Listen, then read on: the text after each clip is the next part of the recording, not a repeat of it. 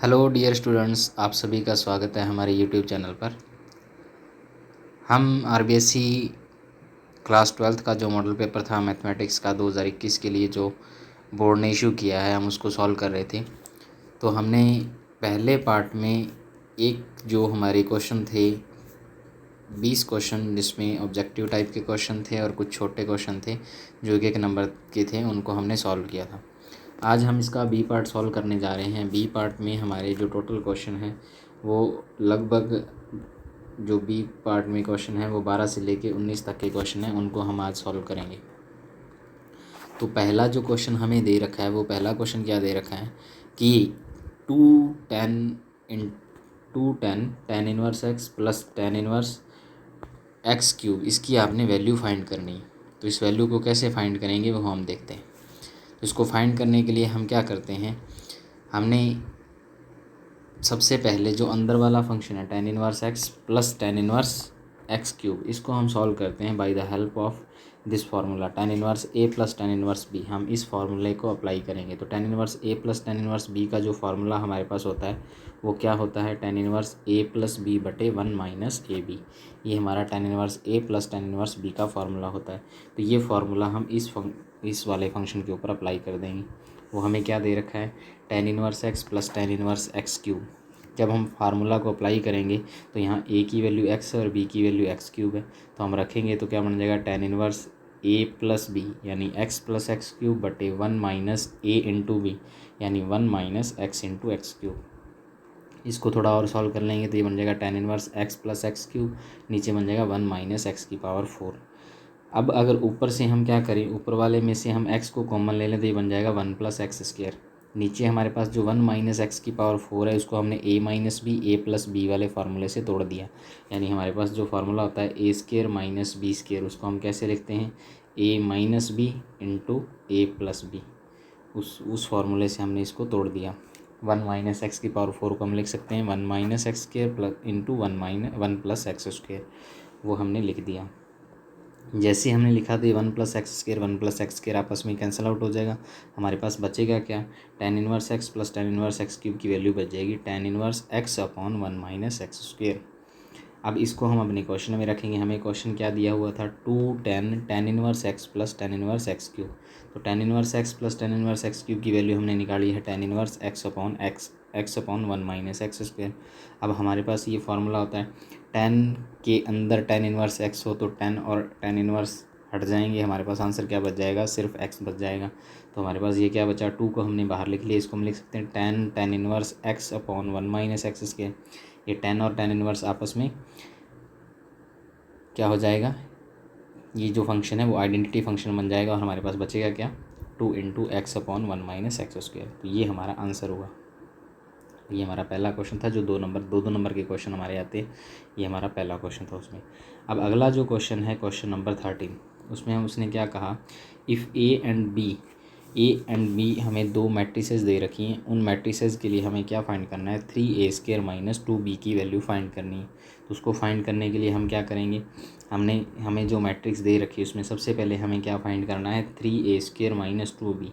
तो सबसे पहले हमें ए स्क्वायर की ज़रूरत पड़ेगी। तो ए स्क्वायर को हम कैसे लिख सकते हैं, ए का ए से मल्टीप्लाई, यानी ए मैट्रिक्स का आपने ए से ही मल्टीप्लाई करना है, तब हमारा ए स्क्वायर बनेगा। तो ए स्क्वायर हमारा क्या हो गया, ए को आपने 2 बार लिख दिया मल्टीप्लाई करके।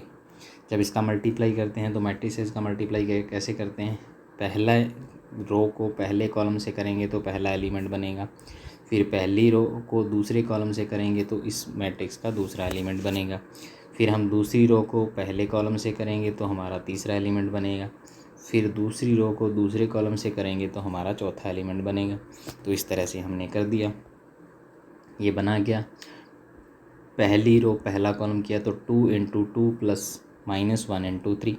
फिर हमने पहली रो और दूसरा कॉलम किया तो ये बना 2 into minus 1 plus minus 1 into 2। फिर हमने दूसरी रो और पहला कॉलम किया तो ये बना 3 इंटू 2 प्लस 2 इंटू 3। फिर हमने दूसरी रो और दूसरा कॉलम किया तो ये बना 3 इंटू माइनस 1 प्लस 2 इंटू 2। जब हम इसको सॉल्व करेंगे तो ये कितना बनेगा, ये बन जाएगा 2 इंटू 2 4 माइनस 3, ये बन जाएगा माइनस का 2 माइनस का 2 ये बन जाएगा 3 इंटू 2 6 और 2 इंटू 3 6, ये बन जाएगा 3 इंटू -1 -3 प्लस 2 इंटू 2 कितना हो गया 4। तो ये हमारा ओवरऑल ए स्क्वायर बना। अब हमें वैल्यू किसकी फाइंड करनी थी, हमें वैल्यू फाइंड करनी थी 3a² - 2b की। तो ये 3a² की वैल्यू रख दी आपने, -2b की वैल्यू आपको गिवन थी। तो 3a² - 2b² की वैल्यू कितनी आ जाएगी, हम इस 3 को अंदर मल्टीप्लाई कर देंगे तो 3 का मल्टीप्लाई सभी एलिमेंट के साथ हो जाएगा। 3 का 1 से किया 3 1, 3 को -4 से किया -12, 3 को आपने 12 से किया तो 36, 3 को 1 से किया तो 3। फिर आपने 2 को क्या कर दिया, अंदर मल्टीप्लाई कर दिया। 2 को 0 से किया तो 0, 2 को 4 से करेंगे तो 8, 2 को -1 से किया तो -2 और 2 को 7 से किया तो कितना आ गया 14। ये हमारी मैट्रिसेस बनी। अब हम क्या करेंगे, इन एलिमेंट्स को माइनस करेंगे। तो माइनस करने का मतलब क्या होता है, कॉरस्पॉन्डिंग एलिमेंट आपस में घट जाएंगे। ये 3 - 0, ये माइनस का 12 और माइनस का 8, ये -36, ये माइनस का 2 यहाँ के प्लस का हो जाएगा क्योंकि बाहर माइनस का साइन था। ये 3 और माइनस का 14। जब इसको सॉल्व करेंगे तो सॉल्व करने के बाद हमारा ये आंसर बन जाएगा। ये हमारा क्वेश्चन नंबर 13 था। अब नेक्स्ट जो क्वेश्चन था क्वेश्चन नंबर 14, उसमें उसने क्या दिया, एवेल्यूएट डिटर्मिनेंट। हमें एक डिटर्मिनेंट दे दी, हमें उस डिटर्मिनेंट को सॉल्व करना है। और सॉल्व करने के बाद हमें क्या लिखना है, also right cofactor and minor of elements of the first column. यानी जो फर्स्ट कॉलम दे रखा है, इस फर्स्ट कॉलम के लिए आपने माइनर फाइंड करना है हर एलिमेंट का, और हर एलिमेंट के कोफैक्टर फाइंड करने। तो सबसे पहले हम क्या करते हैं, इस मैट्रिसेस को इसको डिटर्मिनेंट को सॉल्व करते हैं। तो डिटर्मिनेंट को सॉल्व करने के लिए क्या लिखते हैं, मॉड ऑफ ए क्या आएगा, हम इसको पहली रो के कॉरस्पॉन्डिंग खोल लेते हैं। तो पहले हम लिखेंगे 1 को लिखने का मतलब हमें ये 1 वाली रो और कॉलम को छोड़ना है, बाकी जो बच गया उनका मल्टीप्लाई। तो -2 इंटू -2 -5 इंटू 2 कितना हो गया माइनस का 10, तो -2 इंटू 10। फिर जो नेक्स्ट एलिमेंट हमारा आएगा वो नेक्स्ट एलिमेंट क्या आएगा, नेक्स्ट एलिमेंट में हम लिखेंगे -3। ये बाहर माइनस होता है मैट्रिसेस के डिटर्मिनेंट को जब सॉल्व करते हैं तो ये लिखते हैं माइनस ऑफ -3। तो माइनस माइनस क्या हो जाएगा, प्लस हो जाएगा। तो ये प्लस का 3 बन गया। प्लस का 3 बनने के बाद हम ये कॉलम और ये रो को छोड़ेंगे तो बाकी जो बच गए उनका मल्टीप्लाई 4 इंटू 2 -3 इंटू 2। तो 4 इंटू 2 8 हो जाएगा और 3 इंटू 2 6 हो जाएगा। फिर हमारे पास थर्ड हमारा बचा, थर्ड हमारा क्या है, थर्ड हम इस 2 को लिखेंगे। तो 2 वाले कॉलम को और 2 वाली रो को छोड़ देंगे, बाकी कितना हो जाएगा 4 इंटू 5 -3 इंटू -1। तो ये कितना बनेगा 20 + 3। तो ये ओवरऑल रिजल्ट बनेगा -2 - 10 + 3 8 - 6 + 2 20 + 3। अब ये बनने के बाद अब हम क्या करेंगे, अब हम इसको सॉल्व कर लेते हैं। सॉल्व करेंगे तो क्या बनेगा, ये बन जाएगा -12, ये बन जाएगा 2 और ये बन जाएगा 23। जब इनको मल्टीप्लाई करेंगे तो हमारा आंसर कितना आ जाएगा 40 हमारा आंसर आ जाएगा। ये डिटर्मिनेंट की वैल्यू आ गई। अब डिटर्मिनेंट की वैल्यू के बाद उसने क्या पूछा था, पहले जो हमारा कॉलम है उस कॉलम के सभी एलिमेंट्स के हमने क्या फाइंड करने हैं, कोफैक्टर फाइंड करने हैं और माइनर फाइंड करने।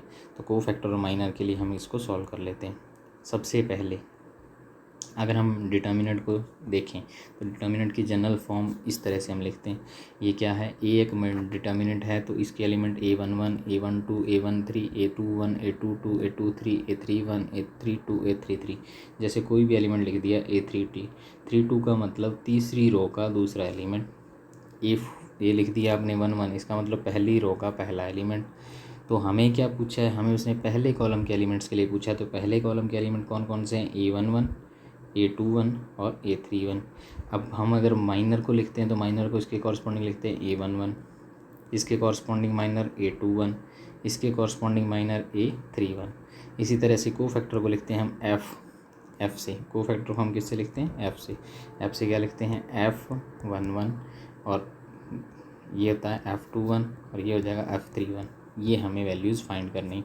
और फाइंड कैसे करते हैं वो हम देखते हैं। सबसे पहले हम माइनर फाइंड करते हैं, माइनर ऑफ A11। और A11 कितना है हमारा, A11 है 1, A21 कितना है 4 और A31 कितना है 3। इन सब के हमें माइनर फाइंड करने। तो A11 का माइनर हम फाइंड करेंगे तो A11 कितना आ जाएगा, हमें कैसे फाइंड करना होता है, जैसे A11 का माइनर फाइंड करना है तो A1 वाली रो को छोड़ दो और कॉलम को छोड़ दो, रो को छोड़ दो और कॉलम को छोड़ दो, बाकी जो बच गए उनको डिटर्मिनेंट में लिख लो। तो जो हमारे पास ये था A11, इसका जब माइनर फाइंड करेंगे तो माइनर फाइंड करने के लिए क्या करेंगे, ए वाली रो को और कॉलम को छोड़ देंगे, बाकी जो बच गया उनको डिटर्मिनेंट में लिख देंगे। तो डिटर्मिनेंट में कितना बचा, -1 2 और 5 2, ये बन गया -1 2 और 5 2।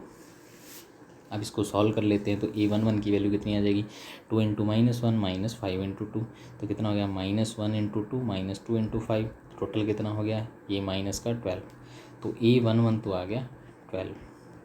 अब अगर f11 की बात करें तो f11 जो होता है, f11 वो a11 के बराबर ही होता है, यानी कहने का मतलब माइनर और कोफैक्टर बराबर होते हैं। क्यों, क्योंकि हम जब इन जो पैर में वैल्यू लिखी a11, जब इनको जोड़ते हैं तो 1 + 1 2 और 2 क्या आ गया सम, और अगर सम हो तो माइनर और कोफैक्टर आपस में क्या होते हैं, बराबर होते हैं।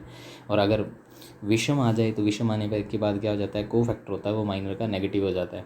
यानी अगर ऐसे आ जाए f21 तो ये -a21, क्योंकि 2 और 1 को जोड़ेंगे तो 3 आएगा, 3 क्या हो गया ओड नंबर, और ओड नंबर आते ही हमारे पास ये क्या बन जाएगा, जो कोफैक्टर हो जाएगा वो माइनर का नेगेटिव हो जाएगा। तो अब हमारा कोफैक्टर क्या है, 1 और 1 को जोड़ेंगे तो कितना आएगा, 2 ही आएगा, 2 आएगा तो इसका मतलब सम है 2, और 2 सम है यानी 2 इवन है। अगर 2 इवन हुआ तो f11 जो होगा वो a11 के बराबर ही हो गया, तो हमारा कोफैक्टर भी आ गया और माइनर भी आ गया।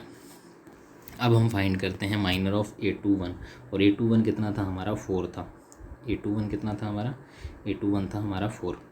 अब a21 जो था हमारा वो 4 था। अब 4 के लिए हमने क्या करना है, माइनर फाइंड करना है, तो a21 की वैल्यू निकालते हैं। तो a21 की वैल्यू कैसे देखेंगे, a21 की वैल्यू यानी 4 की वाली रो को छोड़ दो, 4 वाले कॉलम को छोड़ दो, बाकी जो बच गया उसको डिटर्मिनेंट में लिख दो। तो -3 2 5 2 ये बचा डिटर्मिनेंट के लिए, तो ये हमने डिटर्मिनेंट में लिख दिया। अब इस डिटर्मिनेंट को सॉल्व करेंगे तो -3 × 2 -5 × 2 कितना हो गया, -16। अब a21 इसकी वैल्यू कितनी आ गई, -16। हमें क्या निकालना है, कोफैक्टर f21 में हम देखते हैं कि 2 और 1 मिलके क्या बन जाते हैं 3, और 3 होता है एक ओड नंबर। अगर 3 ओड है तो माइनर का क्या हो जाएगा, नेगेटिव हो जाएगा, ये -a21 लिखेंगे तो a21 अगर -16 है तो f21 कितना हो जाएगा, +16 हो जाएगा। तो f21 हमारा कितना आ गया, +16। अब हम माइनर ऑफ a31 निकालते हैं, तो a31 का माइनर निकालने का मतलब क्या हो गया कि हमें a31 एलिमेंट 3 था, 3 वाले कॉलम को और 3 वाली रो को छोड़ना है, बाकी जो बच गए एलिमेंट उनको डिटर्मिनेंट में लिखना है। तो जो हमारा माइनर बनेगा वो कितना बन जाएगा, -3 2 -1 2। इसको सॉल्व करेंगे तो कितना आ जाएगा, -4। a31 कितना आ गया, -4।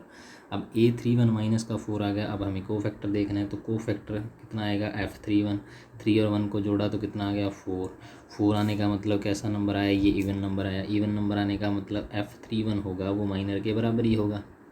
तो माइनर कितना आया, a31 -4, तो f31 भी कितना आ जाएगा, -4 आ जाएगा। तो ये हमारा क्वेश्चन नंबर 14 था। अब देखो क्वेश्चन नंबर 15। क्वेश्चन नंबर 15 में हमें क्या दिया हुआ है,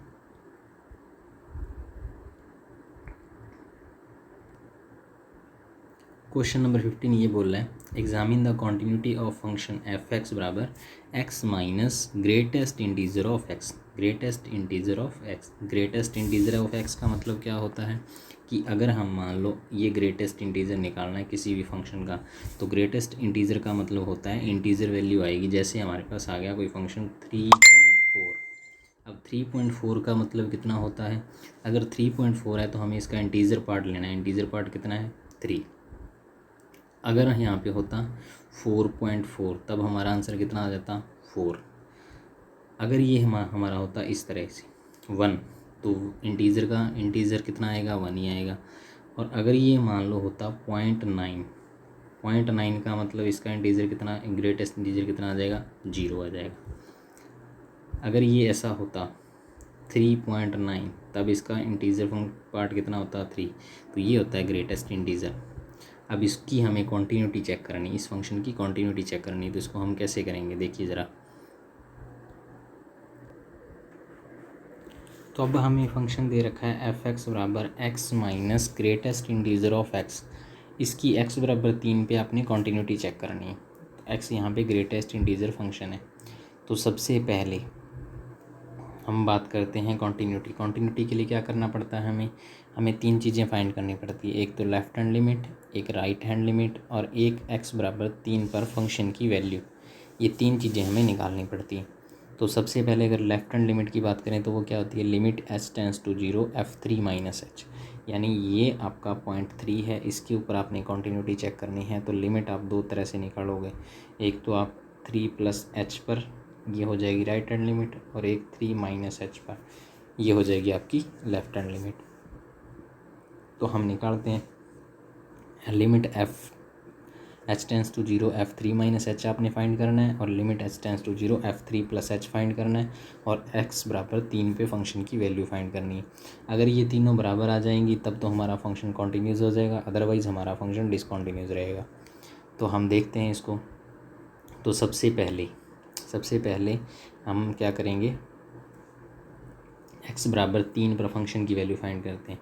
तो f3 क्या हो जाएगा, 3 माइनस ग्रेटेस्ट इंटीजर ऑफ 3।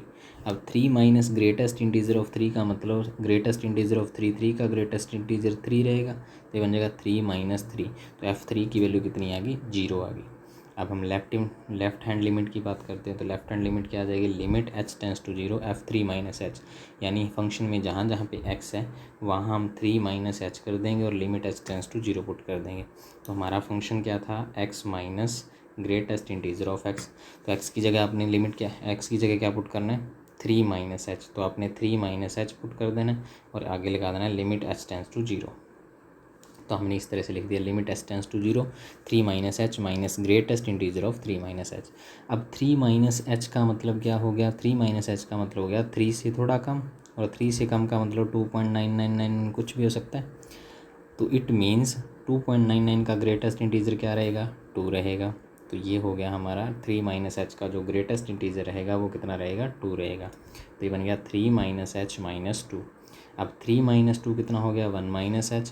अब h टेंस टू 0 पुट कर दो, h टेंस टू 0 पुट करेंगे तो हमारा आंसर कितना आ जाएगा, 1 आ जाएगा। तो इट मीन्स हमारी जो लेफ्ट हैंड लिमिट आई वो कितनी आई, 1 आई। फिर हम देखते हैं राइट हैंड लिमिट। तो राइट हैंड लिमिट को कैसे लिखते हैं, limit h tends to 0 f3 plus h। f3 plus h का मतलब हो गया लिमिट h टेंस टू 0, जहाँ जहाँ पे x है वहाँ पे आपने 3 प्लस h पुट करना है। तो हमारा फंक्शन था x minus greatest integer of x। तो x की जगह 3 प्लस h और x की जगह भी 3 प्लस h। तो हमारा फंक्शन कितना बन गया, limit h tends to 0 3 plus h minus greatest integer of 3 plus h। अब greatest integer of 3 plus h का मतलब 3 में कुछ जोड़ा आपने तो 3.00001 भी हुआ, तो हमारा इंटीजर पार्ट कितना आ जाएगा, 3। तो हमारे पास आंसर कितना बचेगा इसका, 3 प्लस h का 3। ये बन गया 3 प्लस h माइनस 3, 3 से 3 कैंसिल आउट, हमारे पास कितना बचा, limit h tends to 0 h। अब limit h tends to 0 f3 plus h की वैल्यू कितनी हो जाएगी, 0 हो जाएगी। इट मीन्स हमारी जो लेफ्ट हैंड लिमिट आई वो तो कितनी आई, 1। राइट हैंड लिमिट कितनी आई, वो आई 0, और फंक्शन की 3 पर वैल्यू कितनी आई, 0। तो it means left hand limit और राइट हैंड लिमिट अलग अलग आ गई। अलग अलग आने का मतलब हमारा फंक्शन क्या हो गया, डिसकंटिन्यूस हो गया, कंटिन्यूस नहीं रहा। या इसको आप दूसरे तरीके से ऐसे लिख सकते हो, क्योंकि राइट हैंड लिमिट और एफ फंक्शन की वैल्यू 3 पर बराबर आई तो ये फंक्शन वन साइडेड कंटिन्यूस हो गया। कौन सी साइड से, राइट साइड से कंटिन्यूस हो गया, लेकिन लेफ्ट साइड से कंटिन्यूस नहीं है। और ओवरऑल ये फंक्शन डिसकंटिन्यूस है क्योंकि ये वन साइडेड कंटिन्यूस है। अगर आपको फंक्शन को ओवरऑल कंटिन्यूस प्रूव करना है तो आपका फंक्शन राइट हैंड साइड से भी कंटिन्यूस होना चाहिए और लेफ्ट हैंड साइड से भी कंटिन्यूस होना चाहिए। लेकिन ये राइट साइड से कंटिन्यूस फंक्शन है, लेफ्ट साइड से कंटिन्यूस फंक्शन नहीं है। इट मीन्स ये ओवरऑल कंटिन्यूस फंक्शन नहीं है, ये एक डिसकंटिन्यूस फंक्शन है। अब देखो क्वेश्चन नंबर 16 में क्या दे रखा है, cos cube x D x. Cos cube x का आपने एक्स की विद रिस्पेक्ट टू क्या करना है, इंटीग्रेशन करना है। तो इंटीग्रेशन करने के लिए हम क्या करते हैं, हम इस कोस क्यूब को ऐसे लिख लेते हैं, cos x into cos square x. Cos x into cos square x ऐसे लिखा जा सकता है। अब इस कोस स्क्वेयर की जगह हम रख देंगे 1 माइनस साइन स्क्वेयर एक्स। अब हम क्या करते हैं, ये जो साइन एक्स है इसको टी पुट कर देते हैं। तो साइन एक्स को टी पुट करेंगे तो कितना बन जाएगा, कोस एक्स डी एक्स बराबर डी टी। यहाँ हम सब्स्टिट्यूशन वाला मेथड लगा रहे हैं। तो साइन एक्स को आपने टी पुट किया तो ये बन गया कोस एक्स डी एक्स बराबर डी टी। अब देखो हमारा कोस एक्स डी एक्स ये मिलके तो बन जाएगा डी टी, और 1 माइनस साइन स्केयर, 1 तो पड़ा है, साइन की जगह हमने टी पुट कर दिया तो ये बन गया 1 minus T square D T. अब 1 minus T square D T का इंटीग्रेशन करेंगे तो कैसे, 1 into D T minus T square into D T हो जाएगा। तो 1 डी टी का इंटीग्रेशन कितना हो जाएगा, टी, और टी स्क्वायर का इंटीग्रेशन कितना हो जाएगा t³/3 प्लस इंटीग्रेशन का कांस्टेंट। अब टी को आपने क्या माना, साइन एक्स को टी माना था, तो टी की जगह आप साइन एक्स पुट कर दो, तो ये बन गया sine x minus sine cube x/3 plus c। ये हमारा आंसर आ गया। अब नेक्स्ट जो क्वेश्चन नंबर 17 है उसमें आपने को क्या दे रखा है, एक डिफरेंशियल इक्वेशन दे रखी है जिसको आपने सॉल्व करना है। 1 + x² dy बराबर 1 + y² dx। अब देखो 1 + x² dy बराबर 1 + y² dx, इसको आपने सॉल्व करना है तो यहाँ हम सेपरेशन ऑफ वेरिएबल वाला मेथड लगा देते हैं। सेपरेशन ऑफ वेरिएबल का मतलब क्या होता है, x वालों को एक dx के साथ और y वालों को dy के साथ लेके जाओ, तो ये बन जाएगा dy/1 + y² और dx/1 + x²। अब जब आपकी वेरिएबल सेपरेबल हो गए तो उसके बाद सीधा आपने क्या करना है, इंटीग्रेशन कर दो बोथ साइड, दोनों तरफ आपने इंटीग्रेशन कर दिया। इंटीग्रेशन किया तो ये बन गया इंटीग्रेशन ऑफ dy/1 + y² और इंटीग्रेशन ऑफ dx/1 + x²। अब इंटीग्रेशन ऑफ dy/1 + y² किसका फार्मूला होता है, tan इनवर्स y का, और ये कितना होता है tan इनवर्स x का फार्मूला, और इसके साथ हमने कॉन्स्टेंट भी tan इनवर्स की फॉर्म में लिख दिया। क्या कॉन्स्टेंट आप कैसे भी लिख सकते हो, लेकिन क्वेश्चन को थोड़ा सा सिस्टमेटिक तरीके से सॉल्व करने के लिए हमने जैसा हमारा वेरिएबल फंक्शन आ रहे थे वैसे ही हमने कांस्टेंट ले लिया। अब इसको सॉल्व करने के बहुत सारे मेथड है। पहला मेथड तो यही tan इनवर्स y, इन दोनों के ऊपर tan inverse a + tan inverse b का फार्मूला लगा दो, तो tan inverse a + tan inverse b, इसका फार्मूला क्या होता है, tan inverse a + b/1 - ab, ये फार्मूला अप्लाई कर दो। तो हम इन दोनों के ऊपर लगाएंगे तो कितना बनेगा, tan inverse x + c/1 - xc। दोनों तरफ से tan इनवर्स हटा दो तो हमारा आंसर कितना बन जाएगा, y = x + c/1 - xc, या इसको लिख सकते हैं y × 1 - xc = x + c। या दूसरा तरीका, tan इनवर्स x को दूसरी तरफ ले जाओ तो ये बन जाएगा tan inverse y - tan inverse x = tan inverse c। अब tan inverse y - tan inverse x पे tan inverse a - tan inverse b का फार्मूला लगाएंगे तो ये बन जाएगा tan inverse a - b/1 + ab। तो tan inverse y - x/1 + xy = tan inverse c। तो हमारा सोल्यूशन कितना आ गया, y - x = c × 1 + xy। तो ये इस तरह से आप कैसे भी सोल्यूशन लिख सकते हो। आपका सोल्यूशन यहाँ तक भी सही है, ठीक है। अब देखो आगे क्वेश्चन नंबर 18, हमें पूछा गया find the vector equation of the line passing through a point 5 2 -4 and parallel to the vector 3i + 2j -8k। एक तो पॉइंट दे रखा है जिससे हमारी लाइन पास आउट हो रही है, और दूसरा हमें एक वेक्टर दे रखा है जिसके पैरेलल हमारी लाइन है, तो हमें इसकी वेक्टर इक्वेशन लिखनी है। तो वेक्टर इक्वेशन क्या होती है, vector equation of A line होती है r वेक्टर बराबर a vector plus lambda b vector. अब a वेक्टर और b वेक्टर इसमें क्या होते हैं, a वेक्टर तो होता है पोजीशन वेक्टर, किस वेक्टर का, जिससे आपकी लाइन पास हो रही है, और बी वेक्टर क्या होता है, एक वेक्टर होता है जिसके पैरेलल हमारी लाइन होती है। तो हमें पॉइंट क्या दे रखा है, पॉइंट तो दे रखा है 5, 2, -4। तो इस पॉइंट से हमारी लाइन पास आउट हो रही है, तो हमारे इसका पोजीशन वेक्टर क्या बन जाएगा, ए वेक्टर बराबर 5i + 2j -4k। और पैरेलल वेक्टर हमें बी वेक्टर दे रखा है 3i + 2j -8k। तो हम अगर इक्वेशन लिखेंगे तो आर वेक्टर बराबर क्या हो जाएगा, A vector plus lambda B vector. इतना ही आपने करना है। तो ये हमारी इक्वेशन आ जाएगी, आर वेक्टर बराबर A vector plus lambda B vector. A vector की जगह पॉइंट वाला जो हमने पॉइंट से पोजीशन वेक्टर बनाया वो रख दो, और बी वेक्टर हमें दे रखा है पैरेलल वेक्टर। तो ये हमारा क्वेश्चन नंबर 18 था। अब क्वेश्चन नंबर 19 प्रोबेबिलिटी से लिया गया। तो प्रोबेबिलिटी से लिया गया, हमें क्या दिया है, probability of A, probability of B और probability of A union B, ये तीनों की वैल्यू दे रखी है। हमसे पूछा है probability of A intersection B, और एक कंडीशनल प्रोबेबिलिटी पूछी है, ए की conditional probability with respect to B. तो हमारे पास क्या होता है, पी ए यूनियन बी, इसका फॉर्मूला क्या होता है, probability of A plus probability of B minus probability of A intersection B. तो probability of A intersection B क्या हो जाएगा, P A plus P B minus P A union B. इन तीनों की वैल्यू हमें दे रखी है 6/11 + 5/11 - 7/11। तो ये टोटल हमारा आंसर कितना हो जाएगा, 4/11। तो P A union B, A intersection B की वैल्यू कितनी आ गई, 4/11। अब कंडीशनल प्रोबेबिलिटी क्या होती है, पी a/b का मतलब ए की कंडीशनल प्रोबेबिलिटी बी के with respect to. It means हमारा जो सैम्पल स्पेस बनेगा वो तो बनेगा पी बी, और बी के होने से ए कितनी घटित होगी, यानी बी अगर हो रही है तो उसके साथ ए कितनी घटित होगी, पी ए इंटरसेक्शन बी। तो ये हमारा फॉर्मूला होता है। तो पी a/b की वैल्यू पी ए इंटरसेक्शन बी/बी B. P A intersection B भी है हमारे पास, पी बी भी है, तो 4/11/5/11, 11 से 11 कट गया, हमारे पास कितना आ गया, 4/5। तो ये हमारा पेपर था जिसका हमने बी पार्ट आज सॉल्व किया। तो इस बी पार्ट में टोटल हमारे जो क्वेश्चन थे 12 से लेके 19 तक जितने भी क्वेश्चन थे 2-2 नंबर के, वो हमने सॉल्व किए। 8 क्वेश्चन थे जो टोटल हमारे 2-2 नंबर के, ये हमने सॉल्व किए। अब अगली जो वीडियो होगी उसमें हम इसके थर्ड पार्ट को सॉल्व करेंगे। इस पार्ट को आप अच्छे से देखो। अगर कोई डाउट आपको लगता है तो आप हमें कमेंट बॉक्स में पूछ सकते हैं। Thank you.